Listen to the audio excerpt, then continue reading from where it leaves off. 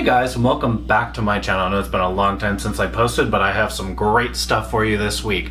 As in steak. I mean, if you're vegetarian or vegan or don't eat meat, well, sorry, this one's not for you, but otherwise, let's talk about why steak is one of the best things that you can eat meat-wise, but it's so hard to cook consistently, as in it's not an intuitive process.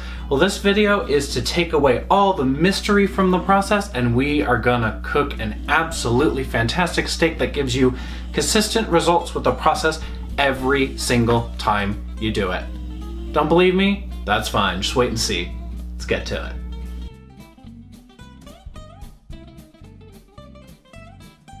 it. Ingredients: an excessive pinch of dried rosemary, salt, pepper, a cast iron pan, and the star of the show, your meat! Pat your steak dry with a food-grade absorbent cloth or paper towels. We want to remove some of the outer moisture so we can put our seasonings on with the expectation that they will penetrate the meat rather than just float about aimlessly on the surface, or worse, slide off. Season your steak on both sides, starting with the salt, following with pepper, and lastly using your dried rosemary, just crumbling it up in your hands and spreading it evenly over the steak. Gently pat the seasoning down to encourage it to stay, as they are the beloved guests that will rock your steak's flavor world. Woohoo, promises! Set your oven to 400 degrees Fahrenheit. Take your cast iron pan, set it on the stove, and start warming it up. Put no more than a quarter cup of an oil with a relatively high smoke point, otherwise you're going to get a fair amount of smoke or burnt butter depending.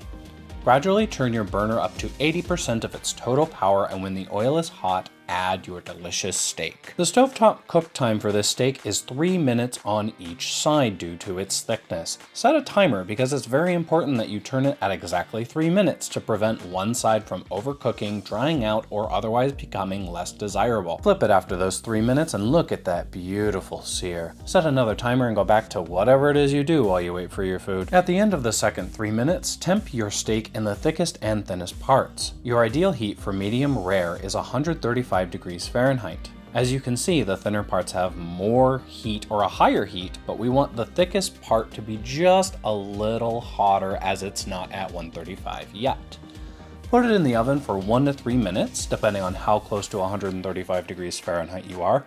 If you're at 130, put it in for a minute. If you're at 120 or lower, 2 to 3 minutes is going to be more appropriate. Flip your steak over once while it's in the oven if you need to leave it longer than 3 minutes to come to temp. Usually this is because one side is mostly done and the other side just needs a tiny little push, but since the steak, thank goodness, can't tell you that, I'm doing so. Once you take that bad boy, girl thing out of the oven, put it on a plate and let it rest for 10 whole minutes. This allows the steak to reabsorb some of the liquid that has been moving as it has been cooking. I'm cutting this in half because my girlfriend and I share steaks this large, and you should, considering how ridiculously big it is. But look at that amazing cook, not to toot my own horn.